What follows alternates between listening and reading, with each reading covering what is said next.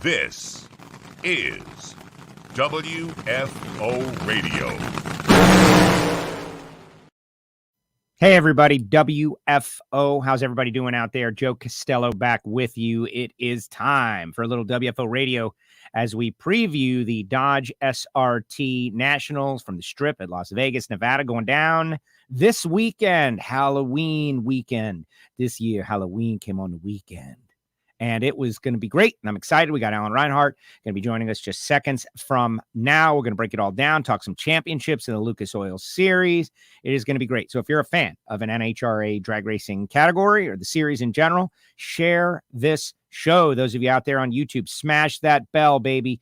Don't miss a show. People were asking, when's this show? When's that show? What happened yesterday with Greg Anderson? Was he great? You can go back and you can watch anytime you want. GA right there on our YouTube channel, WFO Radio TV, and it's been great stuff. And of course the website. Yeah, Greg was something, but he already knows. He knows what's about to happen to him. He knows they're going to be playing the ladder game. They're going to be taking shots, which is going to be very fun to watch. Very fun to watch. All right, just want to shout out to the people who make it possible for us to do WFO Radio. It would not happen without folks like Marvin Rodak, our marketing partners, our sponsors, our advertisers, our trusted friends. RodaxCoffeeandGrills.com, 817-924-6821. Coffee roasted fresh per your order from all around the world. The best of the best stuff, not garbage stuff. The best of the best stuff. And it's a little more expensive. Yeah, that's true. It's more expensive, but it is so much better, and you will love it. Plus the hot sauces and the spice rubs. 817-924-6821. Not too soon to start thinking about holiday gifts. And this is what I get for like my business associates. Get them a little Rodax coffee. And so far, so good. They've all loved it. Total Seal Piston Rings, the leader in ring seal technology, totalseal.com. Friday at the Strip in Las Vegas. Total Seal Tech Talk, 1 p.m. Vegas time. 1 p.m. the Hartford pit area. You got to have a ticket to the race to get in, but if you want to share some knowledge about ring seal, about the technical side of engine building, about high-performance coatings, they cover so much territory and answer questions, and it's great to make a personal connection with the people at Total Seal. Total Seal Tech Talk going on Friday in the pits, the Strip in Las Vegas. Go to the website, totalseal.com, to hear the podcast and more. Samtech.edu, the School of Automotive Machinists and Technology. Very connected, right? Very interconnected. Learned a lot about them at that Engine Performance Expo, which you can still watch all the segments, engineperformanceexpo.com. But Samtech was part of it. Judson was part of it. And it was very interesting. I learned a lot. You will too. If you're a relatively young person or you're looking to go into that trade, I don't think there's a better way to get started. In fact, we've spoken with many of the world's most renowned engine builders, and many of them have said that they get people right out of Samtech, and that tells the deal for me. Samtech.edu. And then there's Frank Hawley's Drag Racing School. The Dragster adventure is what I'm pitching to you. I mean, maybe you want to be the next Travis Shoemaker and go get your license and then move on to Funny Car and do that, try to run in the big show. That's fine. Or maybe you just want to reward someone you love and show them a little more about drag racing. The Dragster adventure, that's what's up. $399. Is that a lot? Is it a little? I could tell you it's a lot cheaper than a Formula One ticket to F1 Miami. That's for certain. Go to frankhawley.com. Yes. And big shout out to our friends at Nitro Fish. And later on, I'll tell you how to get some free WFO radio stickers. But right now, let's bring on the voice of the NHRA. We'll be calling the action out there at the Dodge SRT Nationals from the Strip in Las Vegas. Mr. Alan Reinhart. What's up, AR? How are you? Oh, I think I'm going to make it. Just a beautiful day here in Arizona, and I'm ready to go. I'm already checked in for my flight to Vegas tomorrow. So Vegas, baby, on Vegas, Halloween. Yeah, Halloween. Yeah, it's good, but that happens a lot. But it's going to be interesting, right? I like the costume party that happens with the Pro Stock motorcycles and the Pro Stockers, and it's a little bit of a bummer that Bo isn't running Pro Stock, but they always go to the nines with Randy Lynn and all. But I'm under the impression that they will be out there, and so it will be fun. But hey, before we get into the fun, right? It's this is the way it is when you know and get to know so many high quality, passionate people. You'll be exposed to so much more great stuff, but you will be exposed to more negative stuff and tragedy as well. And the news came out the other day. Dylan Cromwell was driving for Head Incorporated. You know how it goes out on the internet. Now it's up on NHRA.com, and we can talk about it and all of that. Just another nightmare tragedy story for our little drag racing family, Alan. And it's just, it's so tough. The things we've been through with Eric Lane and Kyle Seipel, and there's a list that is so long recently. It's just tough to take. Dylan, fine young man, passionate, hardworking, by accounts that I know, loved by all, and unfortunately taken from us too soon. Yeah, it's just awful. I mean, 23 years old, involved in a highway accident while driving one of Jim's race rigs out to Las Vegas. And by all accounts that I've read and seen in the news stories, did absolutely nothing wrong other than being in the wrong place. Was going down the interstate in a construction zone, and a tractor on the other side jackknifed, came across in front of him. They ended up in a head-on collision, and he passed away. And it's just awful. I mean, the young man, somebody had posted a video that he did a couple of years ago where he was applying for a scholarship to UTI. He wanted to go to the NASCAR Institute because racing was something he wanted to do. Drag racing was really more of his thing than NASCAR, but the NASCAR UTI has got a racing program that's basically more geared toward NASCAR. So he had put together this video about why he should get the scholarship, and ended up going through UTI and ended up working for Head. And dream job, right? I mean, the kid, he always wanted to do was be part of a professional race team. And at 23 years old, just a tragic accident on the highway, and it's awful. I didn't know him well, but I knew Jim very well, and so it's just one of the smiling faces that you would see when you go in the pits all the time. And I've said the same thing from social media, from the people that did know him much better, talking about just what a great guy he was, and very ambitious. And I said 23 years old, right? I mean, he's just kind of getting started, and put in the hard work to get where he wanted to be, and then to have to lose his life in a tragedy like this is just awful. It's just awful. And it's, I think of the family, like they did everything right. Everybody did everything right. Like we tell these kids out there all the time.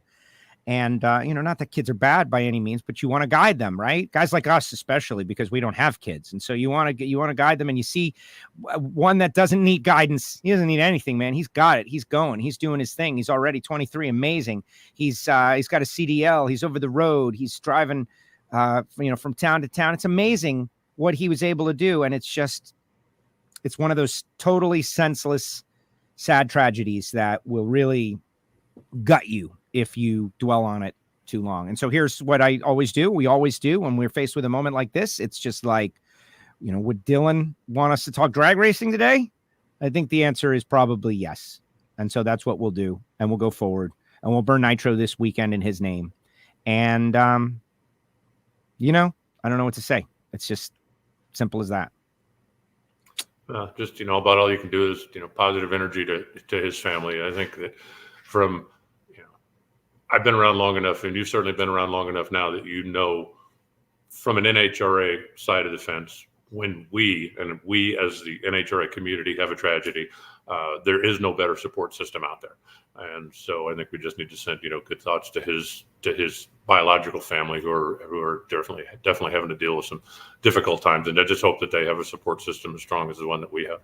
Absolutely. Absolutely. Jim says he'll see us both this weekend. And yes, we're reacting to the folks in the chat. Monica's out there, and Blake's out there, and everybody's out there. We're just, a bit of a sad moment right now as we think about it. But, we're going to Vegas, penultimate race in the Camping World Series season, championships on the line in many and most categories, right? With the exception of super gas, which would be like a super long haul, super long shot for Luke Bagacki to get. I think that one's actually over.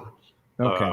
Because I'm not 100% sure, but I think in order for him to get past, the first step would have been for somebody to win at Rockingham last weekend, and that didn't happen. So okay, excellent. Yeah, I was just reading an article by Kevin McKenna who laid out a lot of it. I think it was from a week ago, though, so maybe that is why.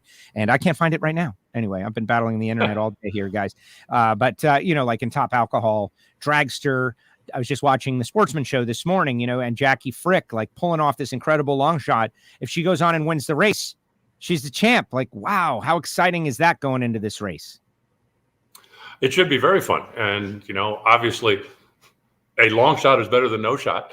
And if you look at what Jackie's done the last few weeks, she went to St. Louis, had to win, did. Went to Dallas, had to win, did. In both cases, took on Rachel head to head and won that race. So, she's got a good car right now. She's got a lot of confidence right now, and anything can happen. We have definitely seen over the years when somebody's got their back against the wall that, now's the time to perform. And oftentimes they do. It doesn't always work out, but I think about how many times, a guy's basically been working on his speech for the Super Stock Championship. And then it's like, yeah, but Jimmy DeFrank has to win 2 of the last 3 races in order to pass me. And you go, Jimmy DeFrank's a 5-time champion for a reason. So when there's a chance, right? The old, so you're saying there's a chance. And when it's cut and dry like that, here's what you got to do. If you win, you're the champion.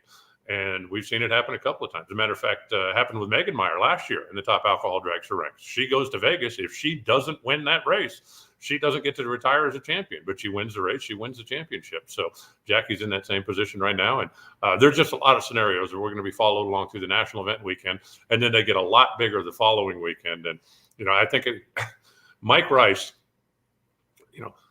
very grateful for Mike Rice, because he sits down between the nationals and the regional event, and he will put together every possible scenario, not just for national event championships, but for regional divisional stuff as well. So when we are there during the last regional event of the year, which is the mid race, right? Vegas, Pomona. It's just always interesting when you go, okay, now we can say Joe Castello is the Division II champ, or now we can say, Gary Stennett's the Division 5 champ, because we've got all the scenarios laid out. So that second weekend is a lot of fun too. And that second Vegas weekend really is one of my favorite race weekends of the year. There's so many cars. There's so much stuff going on. There's so many guys on different agendas. And, sometimes it goes your way, sometimes it doesn't. Last year, you look at Bradley Johnson, right? He goes in, he got to win this race, got to win this race in order to pass Anthony. Well, he won the first 2. And then he ended up in the final of the third one and came up a little bit short to Paul Nero, and Anthony ends up being the champion. But there's just so much stuff going on that it makes it a really exciting 10 days of racing between the national and the regional. Yes, definitely. And that's the story we'll be talking about all weekend long. Like, can Jackie win it all? The second she loses, Rachel becomes the champion, like the pomp and circumstance there. But man, it's grueling and pressure packed. Like I watched that with the Pro Modified, like, the calculating the numbers, like when does this happen? So I agree. Thank goodness for Mike Rice. Mike, we love you out there. Who is a division director out on the West Coast. And how about John Coughlin? Or Mike Coughlin? Mike can run top alcohol. Exactly. Yeah, all kinds of stuff going on. All kinds of stuff. He's going to be in Rich McPhillips' car out there. Now, if he wins, will that be the car that has the most different drivers win in the same year? Yes. Yes. He's setting a record there somewhere, right? Absolutely. And just like interesting stuff going on too. So first of all, let's just sell some tickets here. Hopefully, I've had people ask me like, "Oh, what's the crowd limit?" Right? Like what's the crowd limit? And I'm like, I don't think there is a crowd limit, man. And that's not something that's a thing right now, right? Crowd limit. Like go to the race if you want to go to the race. Las Vegas has some protocols. My understanding, and believe me, I'm not the expert. You can do a little for indoor events. This obviously is an outdoor event, and my understanding is, use your own common sense and use your own judgment and come out and join us. And so we're expecting to have a lot of people there. It should be a fun event. Yes, and booster vaxes are available for those of you that are going to be going to SEMA. I know. And so that's cool stuff. It's going to be cool. Yeah, but Mike Coughlin, and also some interesting stuff, like they're going to have the first 200 mile per hour electric dragster is going to be out there. And that's something that happened out there in Tucson. I remember we talked about it, and they're going to make, you were there, Steve Huff, and the current technology electric dragster is going to be there putting on some exhibition runs. And I love that. I really, I know there's some people that are just anti, we know what they're all about, but I want to see some current cutting edge record setting technology do an exhibition run. Like if I'm on the mic though, I really don't know what I'm going to say. Like, well, you better get it right, because people are going to be able to hear what you say. Yes, there's some electricity. It's not like talking over a nitro car. People will be able to hear you. Yes. No, it's really, in the first place, he's a good dude, and I'm sure the fans are going to be flocking over there to take a look at the thing. Electricity is not going to take over drag racing, but electricity should have a place in drag racing. Bring them. Yes. If all those years ago, they just said, no, you're not allowed, or no, you're not allowed. NHRA has always been all inclusive. no matter what it is, no matter what kind of car you drive, no matter what your background is, no matter where you're from, no matter any of that stuff. You like fast cars, you like great, come on, bring it. And electric is the same way. They're certainly not going to be, well, someday they're going to take over, and nitro will go away and everything. No, that's ridiculous. But the technology is out there and it's coming. And, from a sanctioning body standpoint, you would be ridiculously stupid if you're NHRA to tell these people, no, we don't want you to come take part. We have always been all inclusive. You like fast cars or fast hot rods, bring it. Set some safety standards, do what you got to do, come out here and be a part of our family. And, so there's going to be an electric dragster running in Vegas. I think that's awesome. Look at how much press that thing got when it made a run down here on like Tuesday afternoon in Tucson. And, the collective world lost their minds about an electric car that went 200 miles an hour in a quarter mile. And especially the fact that he did it before Don Garlits did it, which was Don Garlits' stated goal with the car that he's been working on for the last 4 or 5 years. So the fact that he's being embraced and he's being welcomed to come out and do it at an NHRA event, I think it's awesome. And hopefully it'll generate some more interest, maybe some more sponsorship, maybe some new eyeballs, and all of that stuff is good. So come on out and join the family. Absolutely. And someone mentioned the, match race with Garlits. I know that was being discussed a little bit, but Big is unavailable at the moment. And from what I understand, he's retiring the DC car and trying to work on something new. But we'll update that in the future. But yes, like it's supposed to be just a wide variety of interesting stuff, with the show being the Camping World Series and the Lucas Oil Series and coming out there and being a part of it. And then the SEMA show is the week following. So I might as well tell you right now, we're not going to be doing a show next week, but we'll catch up right before Pomona, and because I'll be out there for SEMA. But yeah, the Vegas Pomona. One of these years, I want to do the whole thing and just stay out west. This is not the year for it, though, because I got to get those segments, Alan. I'm a little bit behind on my segments. I got to get segments. You know what it's all about. So I'll be going to Albuquerque. What's in Albuquerque? Right. It's a place in New Mexico. No, but did you say I'm going to Albuquerque? Oh, yeah. It's a joke, like Bugs Bunny. Oh. I should have made a left at Albuquerque, right? To just get random segments. Gotcha. Okay. Yeah. Just to get segments, right? All right. Let's focus a little bit. Go to Hawaii and have a cheeseburger like I did one year. There you go. Exactly. And people who are, this whole travel thing, right? Like there's a whole secret society of travel knowledgeable folks with their segments and their stuff. I was literally short on miles one year to make the next plateau. And so the banquet Monday in California, and on Tuesday, instead of flying home, I went to LAX. I got on a plane. I flew to Honolulu. I had a cheeseburger. I got on a plane and flew back. Never left the airport. But that got me my status for the following year. And, hey, sometimes a guy's got to do what a guy's got to do. It matters. But to you folks out there who are on the periphery, it doesn't matter. Don't worry about it. Don't worry about it. It's definitely not important. It matters when you're potentially getting a better seat on the airplane. Yes. And it really matters when there's weather issues, when there's delays, when there's stuff like that, because VIP customers go to the top of the list. And, it's when I was coming back from Vegas earlier this year, trying to get my gas turned back on after the fire at the house. Yes. And ended up stranded in Phoenix. They had a problem with an airplane. There's another flight that's leaving. Which one's going to be first? And so I walk over to the second one, and they already had like 18 people on the standby list. And I walked up and I said, "Yeah, I'm on that one." I said, "Any chance?" And she said, "Well, sir, we're full." And she said, "Let me see your boarding pass." And I went, "Okay, well." And she says, "Oh, you're an EP." I said, "Yes, ma'am." Wow, fancy she pants. Said, "Let me see what I can do here." And the next time the screen rolled over, my name was on top of the other 18 that were sitting there. I got on the plane, I got home, and I got my gas turned back on. So that ended up being a beautiful thing. Okay, be honest. Do you do like a little, "That's right, people"? Like you taunt? There's got to be a little taunt on the inside. When that name comes up on the board, there's got to be a little moment where you want to say something. No. And I think about years past, because Graham was a multi-million miler when he was vice president of competition for NHRA. And the number of times that, there'd be issues, there'd be delays, there'd be whatever. And all of us on the NHRA family are all on the same flight through Dallas or through Phoenix or through wherever trying to get back. And we'd all be there. And it's like Graham would come walking up and we'd all go, because we know that his name's going to the top of the sheet and we all just got bumped back one more. So that's it. hey, status has its privileges. And if sometimes you got to make a sacrifice, whether it's, taking an extra day or whether it's taking a financial hit, you get a year's worth of rewards for that. And that's the way I look at it. And so I'm willing to make the move. I like it. Before we get into the Camping World Series, just want to shout out to the California Hot Rod Reunion. That's a big deal. The nostalgia scene out there. I'm very disconnected from it because I'm in as far away from it as you can possibly be. Here in Miami, Florida, there is a lot of different scenes, but nostalgia drag racing is not one of them. And so I've seen it from afar. I think it's great. I know some of the people that are involved. I know there's great passion. Mike English used to keep me up on it.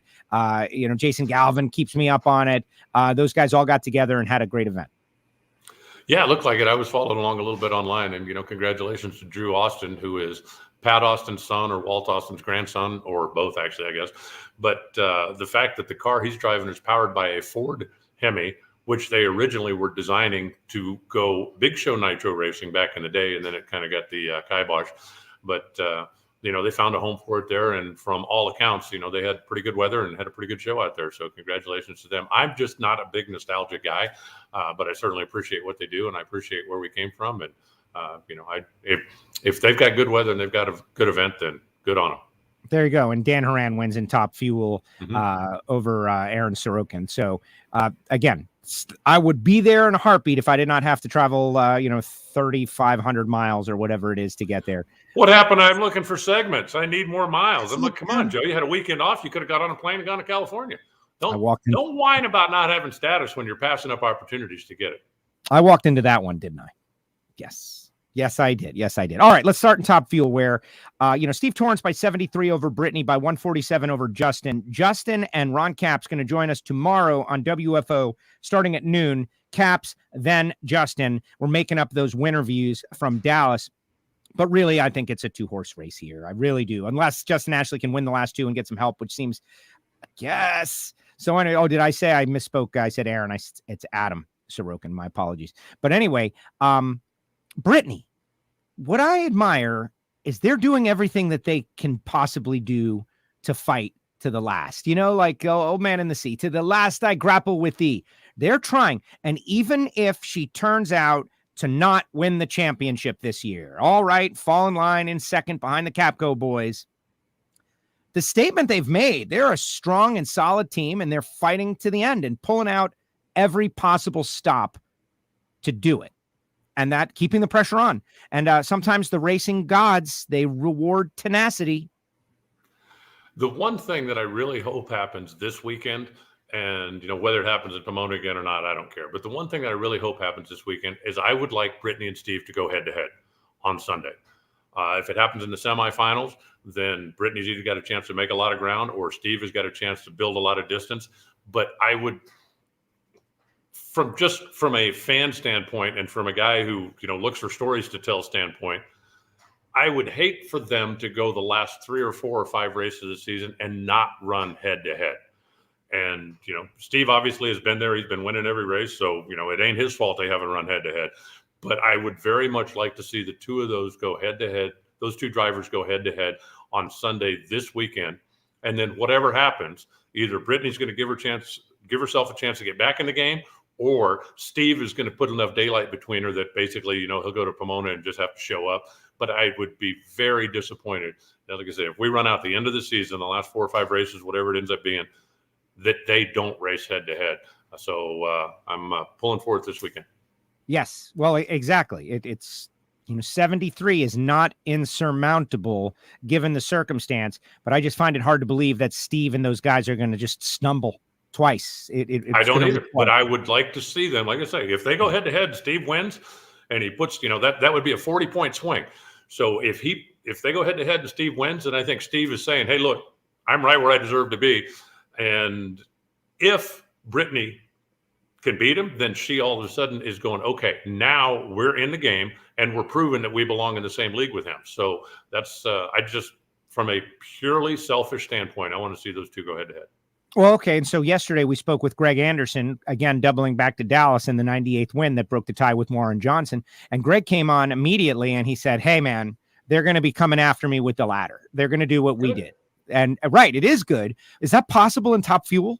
Is that a thing that you could do in Top Fuel? It's not like you can run it out to 1,000 foot and push in the clutch. So, like, that would be a gutsy thing as a tuner in Nitro. Can you even do that? Click it off early and feel like you got enough data.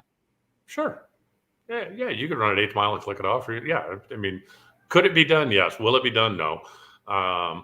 But if they end up, 2 and 3 on the qualifying sheet, that gives them a semifinal round date. I think that, I would just like to see it happen. And if it's the final, it's in the final, because then whoever wins is going to go into Pomona with a little momentum. And, like I say, if it's Steve, then he's going to go in with a substantial lead and the momentum. If Brittany could beat him, I mean, you remember what might have been Brittany's greatest interview line all time when she won Vegas a couple of years ago, when she won and said, Steve-O's over there shaking in his boots right now. Wouldn't you love to see that scenario going into Pomona? And if Steve wins the race, then great. He'd start getting your hat pressed and be ready for the championship. So I just want to see him race head to head. I think it would be awful if they didn't race head to head. Have they raced head to head even in the countdown? And I honestly don't know that, but I don't believe they have. A few races ago, maybe in the semis. I don't know. It doesn't recall. But hey, our virtual producers out there, it might be right at the top of their mind. So we'll dive into that. But yes, some head-to-head conflict would be great, and I would appreciate it. You're right. That was like Brittany's greatest interview moment ever, right? When she said Steve's shaking in his boots, and she was very, sassy when she did it, and it was cool, and it was true, and it was pertinent. And that's what people want to see after all this is entertainment.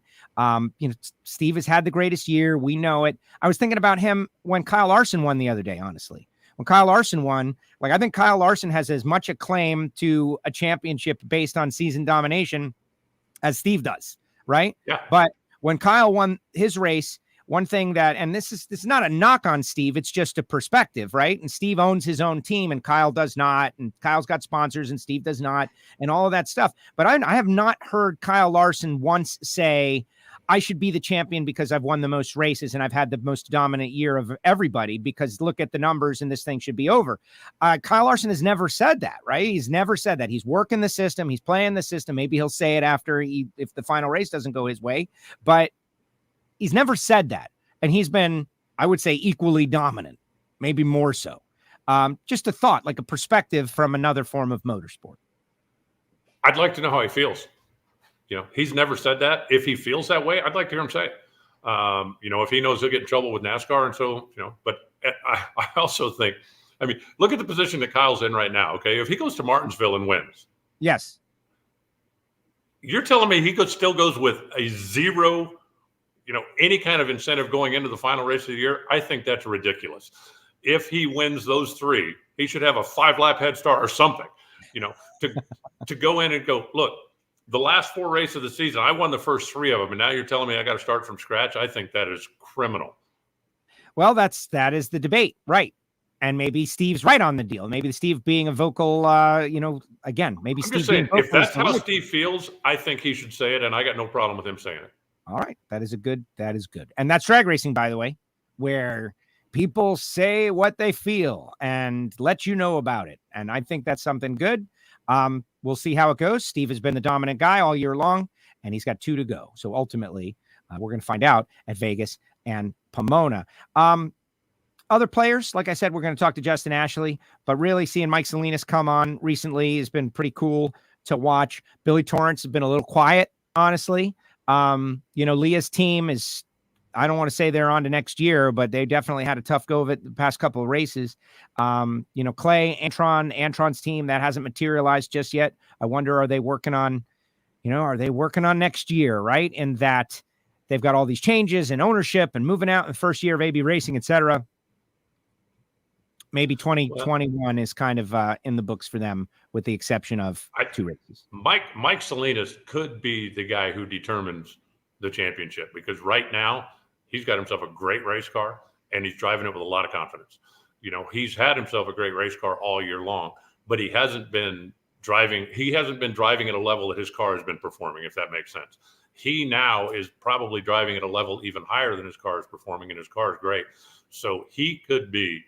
Let me just tell you this: if I'm Steve and or Brittany, when I look at the ladder, if Mike Salinas is on the other side, I'm going, whew, because that's somebody that I wouldn't have to deal with until potentially at the end of the day. And if I have to race him at the end of the day, then I've already made ground, no matter which one of those you are.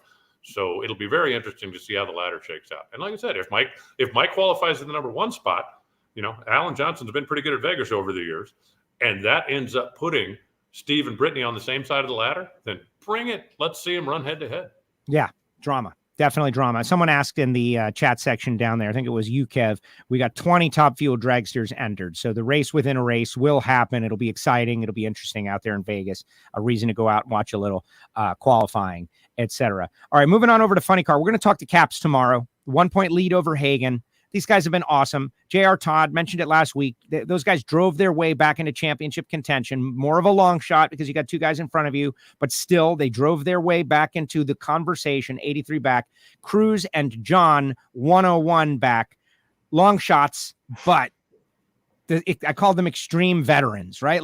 And John Force is not a veteran. He's an extreme veteran. This guy's out there forever and still relevant in this season. Going to be interesting. Caps got a little bit of a point deduction. Those are the things, like what's going to factor in this, what is a coin flip right now with 2 to go? Well, qualifying is going to be big, obviously, because if it comes down to those little points, and Ron Capps has had a better year qualifying this year than he's ever had in his career. Between number 1 qualifiers, between being on the top part of the ladder, you remember, or maybe you don't, but Ron Capps lost a championship a couple of years ago to Robert Height strictly on qualifying. When we got into the countdown, the reset was a little different at the time, but when we got into the countdown, Robert actually won more rounds of competition than Robert did, but Robert crushed him in the qualifying points and ended up winning the championship solely on that. Well, this year, Ron has had a better car in qualifying than he's ever had in his career. Yes. And we all know what, Hagan and Dickey have done in qualifying over the years. So if it comes down to that, that should be a little bit of a fun shootout to watch. Absolutely. Well, it is, and the intention, the intense nature of it all, and everybody who is involved at the top of their game. Had a couple of conversations with Dean, Guido, and John, and they are all everybody's on point right now, right? Like nobody is not at their best right now. Even Hagan, right? Like he's back. He says he's back. He's strong. Everybody's back. They're strong. They're ready. Going to be interesting. Don't count out the cruiser. Don't count out Force, JR, but the advantage right now, it's Caps and Hagan, and we'll see how it goes. And you're right, qualifying. That's where the show that we saw in Reading and even in Dallas, those races were incredible. Yep, and we'll see how it all shakes out when we get into Vegas. I think I don't think 101 points is insurmountable, but I think when you're either Cruz or John, you've got 4 people that need to stumble that are in front of you. And having all 4 of them stumble is a pretty big long shot. And that makes, in my mind, that 101 points even bigger than it actually is in the math. Yeah, right. Like how do multiple people stumble? And that is the challenge. 19 funny cars on the entry list. So it's going to be very exciting. And the pressure will be on in qualifying. Derek says, any big announcements expected in Vegas at SEMA? Maybe Vegas, but I don't know. I feel like the drag racing diehards do most of their big announcements at PRI, not necessarily SEMA, because SEMA is a little more glitz, glamour, chrome, shininess. But maybe of something. There will be an NHRA stage active. I know that. Yeah, and I don't know of anything that is actually absolutely on the table to be announced at SEMA. I know that there's a lot of stuff coming down the pipe that they're just waiting for the season to be over with. Because if I'm going to leave WFO Radio and go start Alan Reinhart Radio next weekend, I'm not going to announce that until after the season is over, after you and I have closed out our business, at which point I'll announce that I'm doing something or going a separate direction. And I think there's a lot of that on the table right now. That's part of the reason when Tony Stewart announced we have a new team, but didn't announce a single sponsor, because some of the sponsors are out there right now active with other stuff. And both of his drivers are very active with their sponsors right now, and that's what they need to concentrate on. That's what they're under contract to do. They need to get to the end of the season, at which point you can start talking about some other stuff on the business side. But what it does is it opens the door to potential sponsors to go, okay, look, we have a team. If you'd like to get involved with us, now the word is on the street. And, obviously when you're chasing new sponsors, the earlier you get the word out on the street, the better. Yeah, there's a flow of information that maybe a lot of fans don't understand. And it's like, oh, I just heard something. I'm going to tell the whole world. That's a bad idea. Jim is desperate to know why the Mustang is on the lift. He's concerned that what's wrong with the Stang, Alan? And Derek says it's a Ford, which is so mean, Derek. That was not the right thing to say, but Alan likes that kind of humor. Anything up with it, or are you just saving space?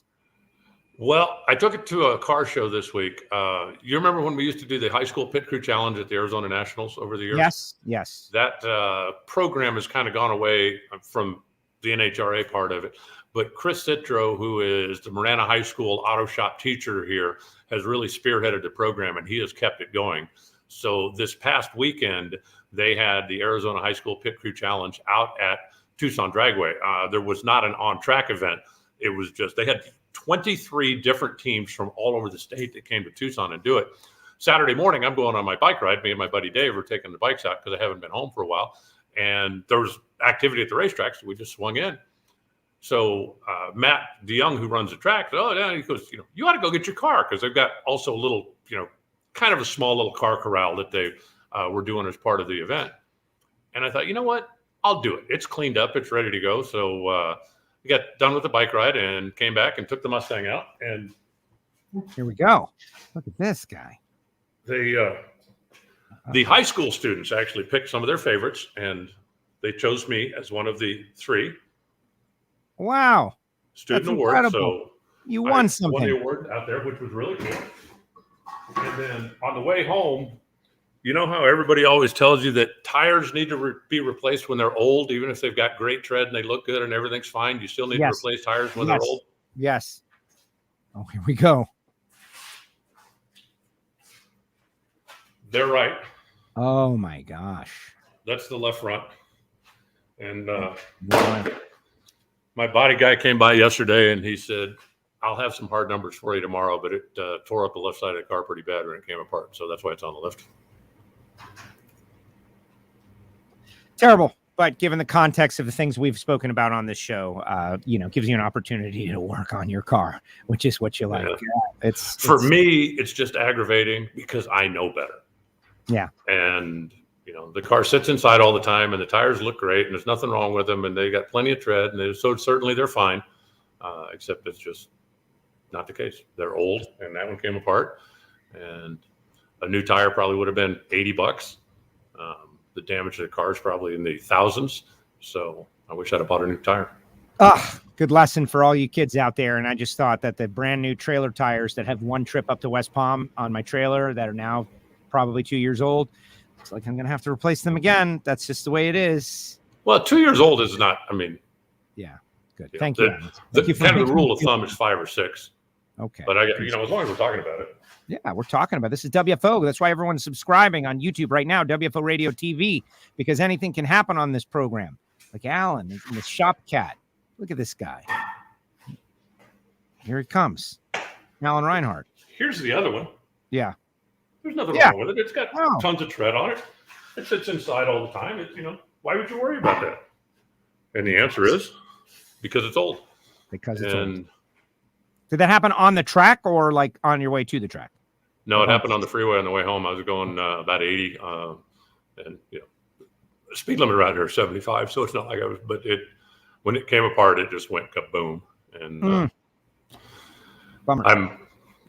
Fortunately, the traffic was light enough. Everybody around me kind of scattered, and they gave me lots of room because when it blew up, the car went. And I'm like, oh no, good. And yikes. But anyway, well, so lesson learned.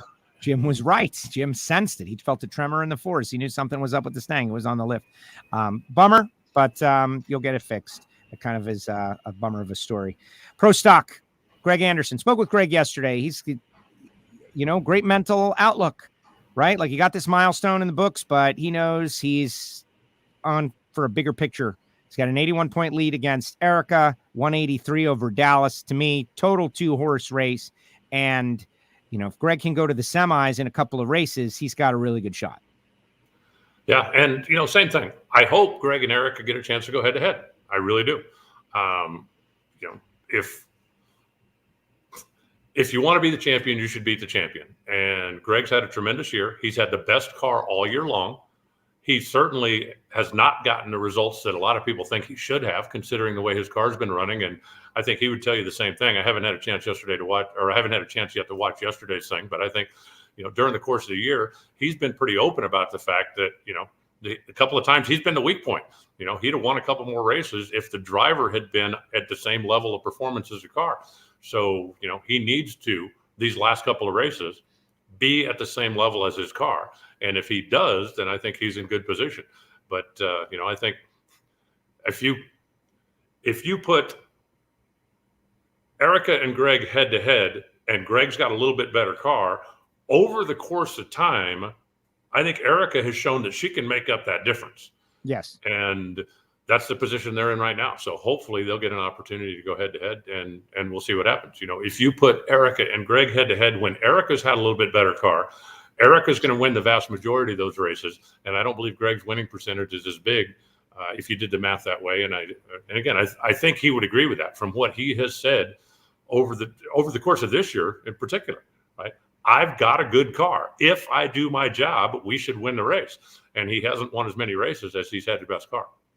I would like to know, and I don't think this is available to us, just anecdotally, Greg's record when Jason is at the track versus Greg's record when Jason is not at the track. Not to give all the credit to Jason Line, but it's just maybe being spread a little too thin kind of situation. Jason has been there for so many years. Jason was in Dallas. They won in Dallas. Jason will be in Vegas. Jason will be in Pomona. This is it, the stretch run. I don't know. Just anecdotally, I kind of think that Jason has been at the track for many of Greg's wins. And, as great and deep a team as they are, they got a lot of cars over there. They got a lot going on. And a guy like Jason Line, who's pretty smart with the tune, can make a big difference. I think Jason has been at the racetrack for most of the events this year. I don't know the exact number, but I think he's been there a lot more than not. And he certainly has been there a couple of times, when they didn't close the deal on Sunday. So, he's certainly going to be the last two. You wouldn't leave a tool like that on the bench at home when you're going out there racing for a championship. But it's been fun to watch all year long. I think it's going to be fun to watch the last couple of events as well. And Pro Stock Motorcycle, Pro Stock is going to be great. And if somehow Erica can get next to Greg in one of the final two races in the early rounds, like that it has the potential to be one of the most talked about races. The race of the century is still the race of the century. First round 2019 Auto Club Finals. To me, the most talked about single round of Pro Stock racing, certainly in the 2000s and maybe ever, just based on media attention. Every single person was talking about that one run the next day. It was awesome to watch and be a part of. And, Erica got him and she went on to win the championship. And who knows? Well, that's the whole thing. You know what? If I'm going to call you out, which is basically what Greg did, going up there, shutting off early qualifying, he's like, look, I'm coming for you. Then you got to win. And she did. I live in Arizona. There have been a lot of tales of the Wild West, right? Where the outlaw comes, where's the marshal? I'm right here. Okay, marshal, let's draw. And the outlaw ends up dead. And if you're going to call the marshal out, you better damn sure know you're a quicker draw than he or she is. Exactly. Speaking of Pro Stock Motorcycle. Matt Smith leads Angel over 25, Steve Johnson by 56. Eddie's 111 back. We've talked a little bit about how no one wants to discount Eddie, and I agree. But he definitely has the longest odds. Spoke with Angel last week, and she is riding high emotionally. Her friends and family are lifting her up. She's in a spot where she knows and feels that she can do this and win this championship. But man, Matt Smith, this guy, he's a machine. Tony Schumacher was the machine, but Matt Smith, he's Ricky Smith's kid, and that's how he runs, and he just gets it done. So I think he's still pretty much a favorite, but it's going to be fun to watch. Well, I'm curious as to see which motorcycle Steve Johnson brings to Las Vegas, because he's had one a couple of times that was holy smokes fast, and he's had one a couple of times that was in the mix. And then the last couple of events, from when they hurt the thing, I guess in St. Louis, or was it St. Louis, wherever it was, where the bike wouldn't start in the semifinals, and they had a hurt engine. It was pretty happy about that. And then, they end up going and knocking the tire, having the thing basically smoked. Yeah, that was Dallas. And then in Bristol, they go out there and 3 consecutive runs don't make it to the tree. They need to fix that. And, Steve certainly has still got a motorcycle from a performance standpoint that looks like it can run with anybody. But in Bristol, it's like, what happened? Where'd that bike go? Because it just disappeared. Yeah, they were blowing the tire off and having all kinds of problems and issues, etc.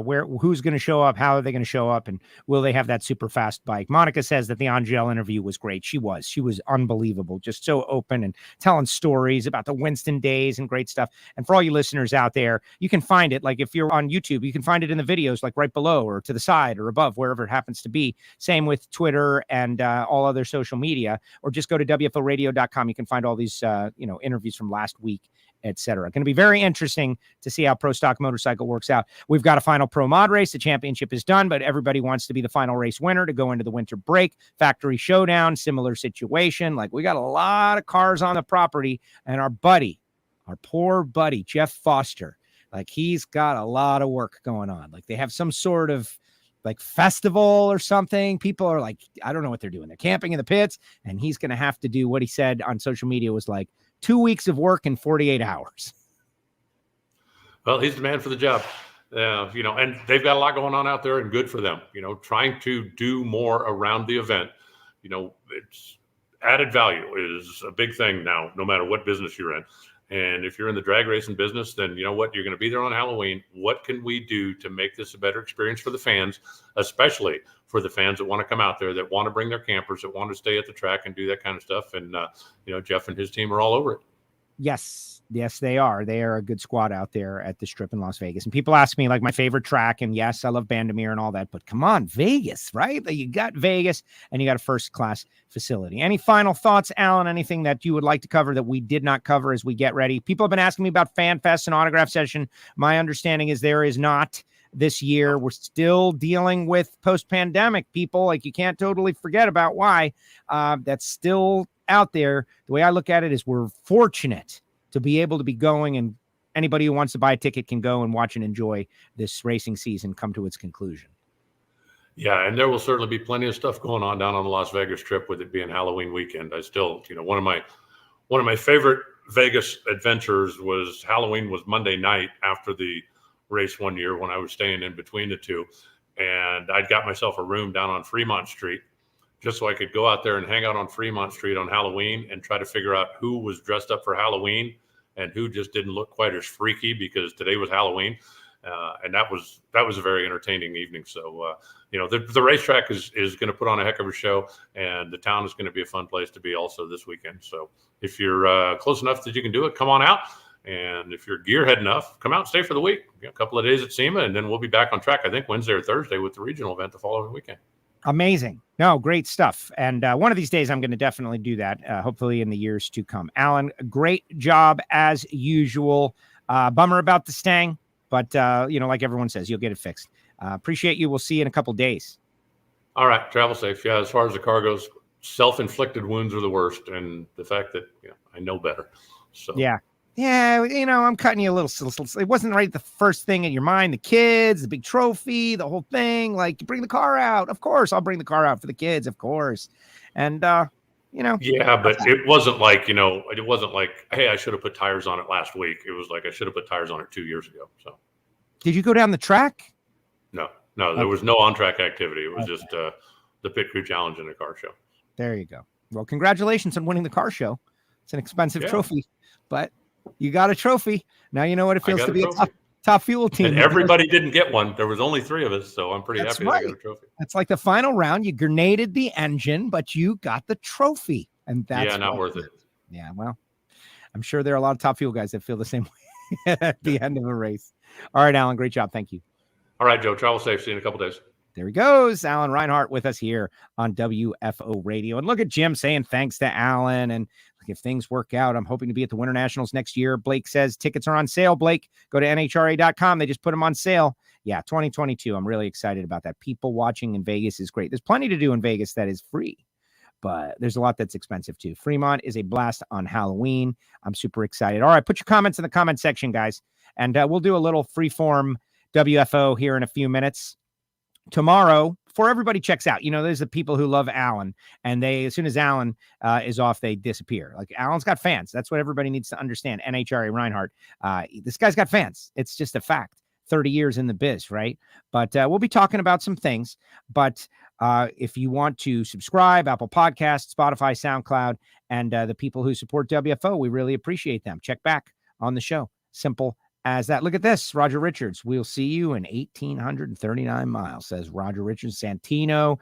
See you in Vegas, Joe. Going to be a great weekend. Appreciate you, Santino. No, good stuff. But yeah, we'll do a little freeform conversation. I was buying my Formula One tickets before the show started. But let me tell you about the people who make it possible for me to do WFO. First of all, the WFO Patreons. Last night, we had a great conversation. It's the Ignition Show. It's on Apple Podcasts, Spotify, SoundCloud, and the website. You can find it, right? And we are like working them now. We're working them about designs and ideas and concepts for the show, all that stuff. They are the advisory board, if you will. It was really cool. Sue Morris and Bobby's Bug Barn. And we got listeners from the UK. We've got listeners from Australia. We've got listeners from Canada, all on there chiming in. It is great. And it is all because they are Patreons of the show. Thank you so much for doing that. If you would like to investigate it, go to patreon.com/WFO radio or go to our website. You'll find out more information. And then our regular sponsors, right? Like Frank Hawley's Drag Racing School. I'm telling you, I said it at the very beginning of the show. Courses start at $399 for a regular person with nothing and no experience to drive a dragster. That is way less than Formula One in Miami. For the good sections, of course, the good sections. There are some crummier sections that are a little, less than the really good sections. But frankhawley.com, a gift for a family member or a friend who loves drag racing or someone that is close to you. This is my target here. Someone who's close to you that doesn't understand your drag racing habit. And, you're not going to put them in your own car. Put them in one of Frank's. $399 for a world of understanding. It would be a bargain at twice the price.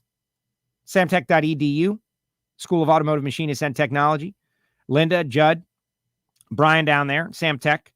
Relatively young people. You don't have to be a teenager. You can be in your 20s, fresh out of the military, that kind of thing. They're approved to train veterans under the GI Bill. Go to samtech.edu today. Get involved in this world of motorsports and machining and CNC programming and motorsport EFI tuning. There's a future. And we learned that at the Engine Performance Expo a couple of weeks ago. And that's what everybody wants to know, that they're going to have a future that they can work and they can exist. And being a machinist, there will always be a need to make some chips, which is lingo for, being a machinist, right? I'm picking up the lingo. Total Seal piston rings. All right, everybody, if you're going to be at the track on Friday, come to the Total Seal Tech Talk, the final one of the year. The final one. Why not come out, hang at Hartford's pit, and learn from Keith Jones? I'm not exactly sure if Lake is going to be there. But Ed Keebler from Rottler, they make the machines. There's so much expertise. And if you're a machinist who's watching the show, who's in the area, okay, so that narrows it down a little bit. You're in the area, you're a machinist, you watch the show. Even if you consider yourself an expert at what you do, the access you get to all the knowledge is worth the price of a ticket to the race. Absolutely, as I've seen the presentation several times. TotalSeal.com, we'll see you out there. And then my buddy Marvin Rodak, RodaxCoffeeandGrills.com. Hot sauces and spice rubs. More and more of our listeners, and it's becoming interesting to see how many now. We're reaching a critical mass, getting their coffee from Marvin Rodak. And so many people are like, yeah, they'll try it once to help the show. And that's great. Try it once, help the show. But then they're like, man, that was really good coffee. And then they just adopt it on a regular basis and they build it into their lives. Call them Marvin, hot sauce, spice rub, barbecue, tools, tips, information, 817-924-6821. If you'd like some free, and now I'm talking your language, free WFO radio stickers, you can go to the website, click WFO store. This address will appear, Castello Media /WFO stickers, P.O. Box 848-353, Pembroke Pines, Florida, 383084. And you do all the busy work and you do a self-addressed stamped envelope to yourself. You put it inside one addressed to this address. I open it, stuff the stickers in the one that you filled out, and send it out. It's really easy for me, which is what is mattering the most nowadays. Do that. And our great friends at Nitro Fish, the 10th anniversary t-shirt, and Bo and Randy Lynn going to be there. Hopefully I saw Randy Lynn's Rosie the Riveter. We can do it. Costume. Very, very cool. Very cool. Listen to the Ignition Show for updates on our own online merch store. We got gear for the winter, sweatshirts and hoodies and mugs and all that stuff, and it ships out to you directly. Also, don't forget to vote on our tweet. It's right on our Twitter page. Retweet for Josh Hart, like for Dallas Glenn. It's been very interesting to see how that all works out. If nothing else changes, I think people should have the courage to explore the concept of co-rookie of the year. If nothing changes, if nobody gets a win, if nobody does something big, if Josh Hart goes out and beats Steve Torrance in the final round and then Brittany wins the championship, then okay, obviously. But if nothing else changes, if Dallas Glenn goes to the final round and wins the race, but if nothing else changes, I just find it difficult to declare a loser out of those two guys who have done such a great job over the course of the year. And yesterday spoke with this guy. You got to check that out in the WFO archive. And he gave his opinion on it as well. All right, let's see what everybody's got to say. Let's get some thoughts and takes, hot takes, as we get ready for Vegas, baby. Yeah, I'm excited about Vegas. I'll be there for SEMA. Hopefully, if you're out there, we can hang. Right? Another great show, says Monica. Thanks. Monica is such a diehard supporter. Thank you, Monica. Good show, y'all. Thank you, Tom. You have fans too, Joe. Thank you, Jim. And I know that. It's amazing. And it's amazing. It's humbling, right? I try to do my best at everything that I do and work really hard and put in full effort to the best of my ability. And that's all I got. That's all I got. And I do it 110 all the time. And some people I've recognized over the years. And thank you. Thank you all. I appreciate it. And then there's people who hate me like poison. And I'm like, why? What did I do? Barakello, great show, Joe. Have fun in Vegas. Hair looks good. Thank you, Barakello. She is my at the track hairstylist. She doesn't know it yet, but that's her gig. If I ever need at the track services, I'm coming to you. Drag Race Central. Look at that. F1 is doing it right, though. NHRA can learn a lot from F1. Oh, man. Drag Race Central. Did you bring up this topic on purpose? Did you listen to the Ignition Show? Because the Ignition Show is pretty much all about this, guys. I could go really, really, really in depth on this right now. John Waldy is out there. What's up, John? John Waldy. I haven't seen John in a long time, speaking of Canadians. But back to this. There are multiple stories out there in the motorsports media right now that I recommend you go check out. I've shared a couple on our social media, and it is in relationship to the Formula One race at Circuit of the Americas and the Kansas NASCAR race. And the NASCAR guys were very upset that everybody went to the Formula One race, like Brad Keselowski and Kyle Busch, and they had some real negative comments, but not negative about Formula One, negative about NASCAR and their track operators and how much promoting and promotion and event they create. And honestly, they are right. They are right, but they are also wrong. It's a complex situation where Formula One is back in the United States for the first time in 2 years. NASCAR has run, 70 times since the pandemic. NASCAR, I don't want to call it ordinary. It's much better than ordinary, but people can go to many different NASCAR races whenever they want, wherever they want, even during the pandemic for the most part. Part two, Formula One is an international sport. And most people around the world, as much as people in America want to forget or deny or willfully be ignorant of the worldwide pandemic that is, in fact, a thing. And so many are still just, no, it's not true. It's not true. And we've stopped arguing. No one's arguing with you anymore. It's just like, do your thing, man. Do your thing, whatever your thing is, whatever you want to believe it. But it doesn't change what is real. What is real is there's a worldwide pandemic. And so people, they want to travel to where they can travel. And some of them went to the United States. I don't know, how or who or what. From other states, they went to Texas. Think about Texas.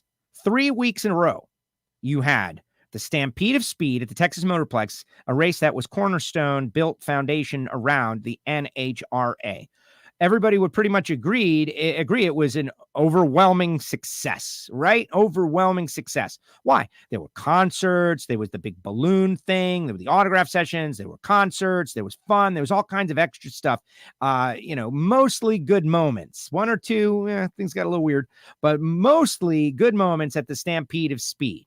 Then you had the NASCAR race at Texas Motor Speedway, which I did not see, but according to the quotes and comments by Kyle Busch and Brad Keselowski, they called it something like obviously unacceptable or something, the crowd at Texas Motor Speedway. And then you had Formula One, which was just bonkers. It was out of control. I mean, my goodness, the celebrity count alone. Megan the Stallion was there. Do you know what that means? Me either. I didn't, but now I do. Thanks to a very spirited conversation on the Ignition Show, which you should go listen to and subscribe. Apple Podcasts, SoundCloud, Spotify. People want rare events. They want to go to do things that they can't do and see and whatever, and they want to be places where celebrities are. That's why I, as much as I could care less about celebrity. Like I genuinely could care less because a celebrity is what? But that's not what it's about. The person who could care less needs to be smart enough to realize that there's a lot of people that really love celebrity. And that's what all those magazines in the grocery store are about. And all those shows from like 7 to 8 p.m. after your local news before prime time, like celebrity shows. People love celebrity. And so when Megan the Stallion is somewhere, or Ben Stiller is there, or Chris Bosh is there, or Shaquille O'Neal is there, and they want to be there. Rory McIlroy, like think about all the different touchstones, like golf was there and hip hop entertainment was there. And then NBA was there and Hollywood actors were there and all of that. And if you're a drag racer, you probably don't give a rat's about any of that stuff, but that's not the average person. And so we as drag racing need to learn what works and ramp up that stuff. We got to ramp it up. And I've been thinking about some ideas that I'm not going to share here because, you know, I share an idea and then someone goes and tells someone else about it. And they're like, hey, I came up with this great idea. It was amazing. People are jacking my stuff. Not really. I mean, it would be great, but NASCAR needs to do more of that. NHRA definitely needs to do more of that. And one thing I can tell you about Formula One at Circuit of the Americas. All right. I just went through the ticket purchase experience for Miami F1 just now, right before the show. That's why the show is at 2. You guys were wondering, like, why is the show at 2 and instead of 1? What could it possibly be? Castello had to get his 4 tickets to Miami F1. The stars aligned. There's no NHRA race on that weekend. They're practically sold out already. That's it.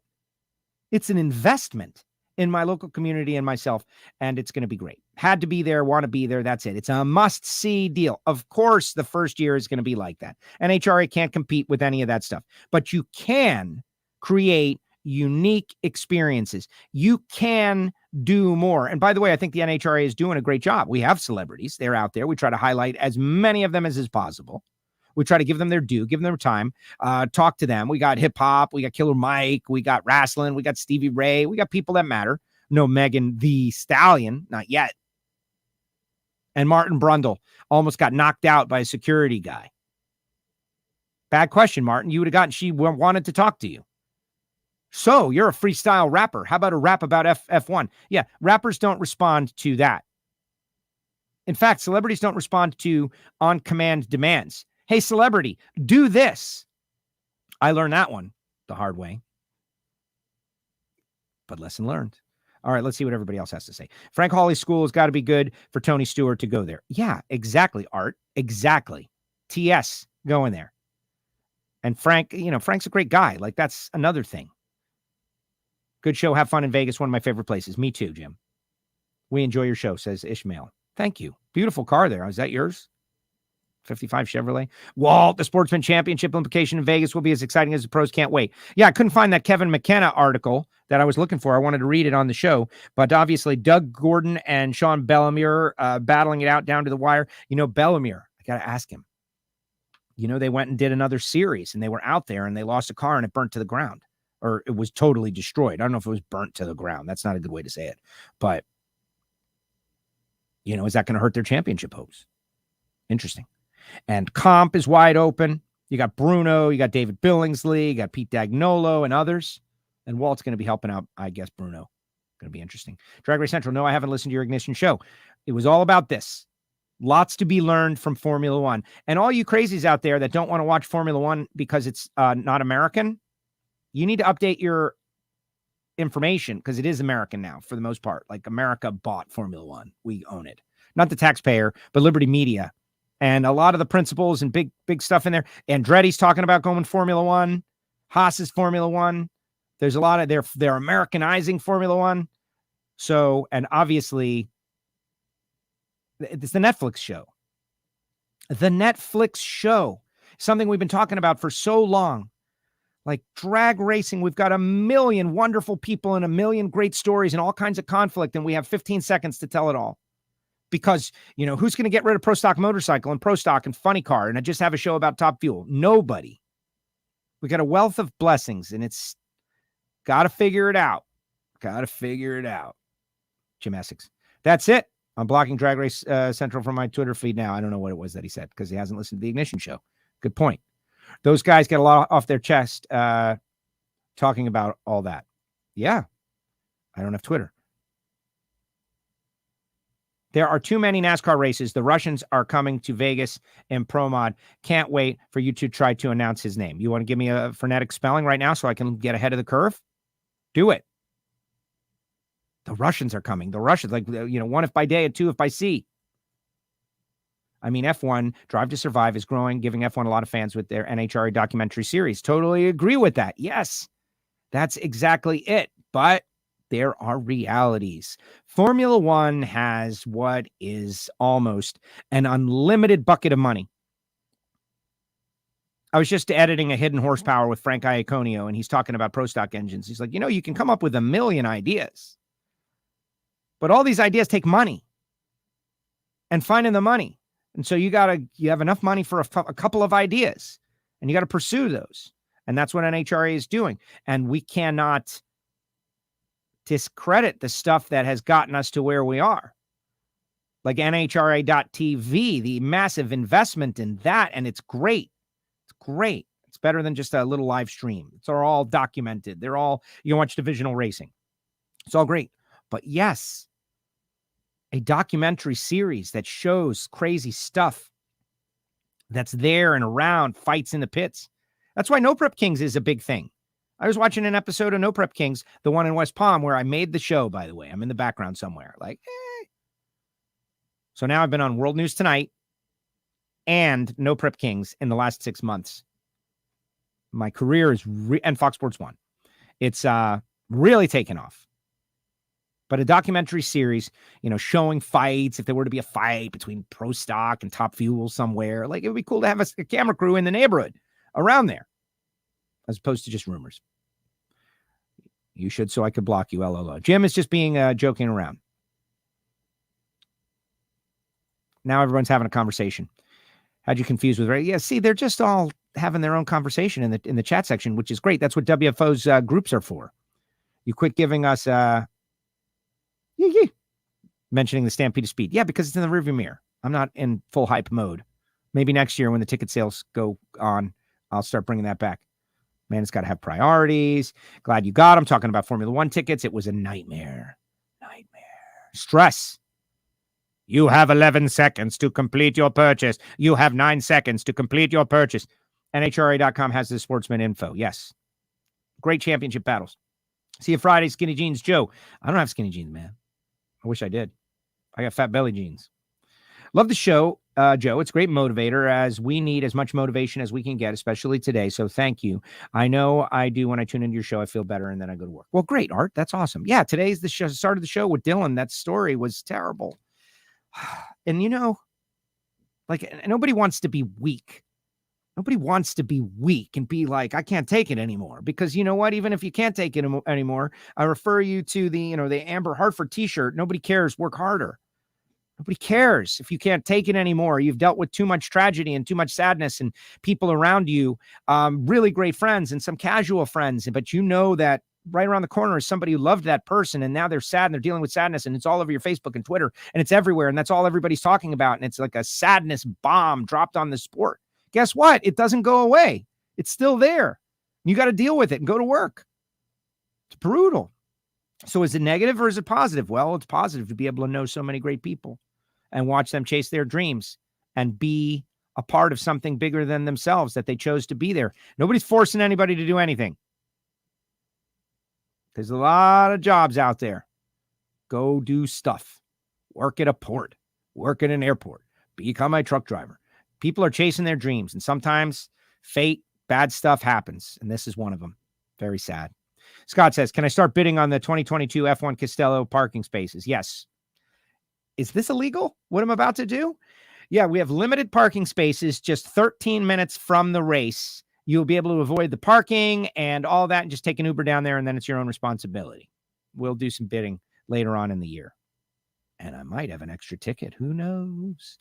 SOS is coming about a year away, but it's coming. I don't know what SOS means. What's that mean? Great story with the Stanfields. Aaron locks up the Factory Showdown Championship. If Greg wins the Superstock Championship, there's never been a father and son win championship in the same year. Huge story. Craig, we've been talking about this story now for months. But yes, it's a great story. It's a great story. And for Aaron, and that's why we haven't interviewed Aaron about his championship. Honestly, I'm like waiting for the big father-son co-championship interview. Maybe it'll happen, but maybe it won't. So we'll talk to Aaron in the offseason and we'll see what happens. His dad, Greg, winning at Bristol for the first time in 40. Joe, I've been coming here for 40 years, and this is my first win. And I don't know if he was just telling me or if he was telling me you should have known this, Joe. It's a good question. It is a huge story, though. Can't wait till third qualifier, the costume round. Going to be big. No Sandtrap visits this year, though, says Terry. Good note. Thank you, Terry. Flying Ryan team. Yeah, the Halloween costumes, guys. If you're anywhere near Vegas and you have enough to get in the gate, you definitely should try to come for that because it's so much fun. It's really probably the best race on the tour because of the Vegas and the Sema and the Halloween and the second to last race where people are tight, but they're not quite that tight. The Halloween thing loosens it up a little bit. Dibs on Joe's garage. Caddy's in the garage, brother. Sorry. Costume. Kev Ford. I need to convert my UK truck driver's license for my CDL green card, please. Yeah, you could probably get that, Kev. Try to make it happen. Stampede Speed. That's it. I should have known. Also, about F1, the broadcast buildup was fantastic. Got me hyped. That was at the track. Thank you very much, Drag Race Central. That is another note that we talked about on the Ignition show. You should go listen. And you will agree, or I will agree with you. I'm sure you had them at the same time as we were watching. And I understand why. I'm not complaining. I'm not saying anything negative, but the show comes on the air. 2 minutes later, we got cars on the track for the most part. This is where we are. This is the situation. These are the players. Go. We had, hours of buildup. This is where we are. This is what the city's about. This is what's up with Texas. This is who Texans are. This is why they wear their hats. This is a cow. Look at that. This is a cow. Longhorn. Wow. Right? The points, the championship, the players. Who is Lewis Hamilton? Now it's Formula One, unlimited money, unlimited budget. Unlimited money, unlimited budget. Not how much will it cost? What is the right thing to do? How much will it cost? What is the right thing to do? They pretty much are doing the right thing. And you got dragged into it. What is this thing? Casual. By the way, the TV ratings weren't even that great, guys. They were okay. 1.3, a 0.5. I mean, the TV experts would have to tell me how amazing that is, but that's right around NASCAR numbers. But it was for Formula One in the United States. It was on ABC, but it was a spectacle. People love a spectacle. They love it. They can't not look at a spectacle. They can't turn away from a spectacle. And that's why I give the folks at the Stampede Speed credit for trying to create a spectacle. That's why people slow down on the highway to see a crash. They want to see something. Oh my God, they want to see their rubberneckers. It's not even healthy. It's just the way of the human. It's the way of the human, guys. That's why Facebook is in trouble right now, because they have been showing you spectacle after spectacle. Let's show them things that will enrage and anger, whether it's true or it's not true. It doesn't even matter. Let's just show them stuff that's really going to piss everybody off, and they're going to share it and they're going to react. Because people can't look away from a spectacle. They want to see it. And so you got to make one. You got to hopefully make it positive. You want to see a spectacle? Go to NHRA social media or ours on WFOradio.com and watch the interview with me and 9-year-old Camden Teal, the only junior dragster racer to ever win the East and Western Conference Finals. Watch as my interviewing abilities are tested by a young person. The kid is awesome. I hope he gives me a job in 2040. All right, guys, tomorrow, 12 noon, Ron Capps, Justin Ashley. We're going to finish up our Dallas winners. It's going to be great. And then we're off to Vegas on Thursday. And yes, I did get my booster. I've been boosted, and I feel great about it. Look at me, just yesterday. Missed no work, missed nothing. Haven't slowed down, not even a tick. Just driving through. Feel like I could go through walls. All right, everybody. Thank you very much for everybody who supports our show. WFO. It's not easy. Oh, I did go to my high school reunion, 30 years, for those who ask. Check out the Ignition Show. Good stuff. A lot of fun. All right, guys. Be well. Tell somebody about the show. WFO.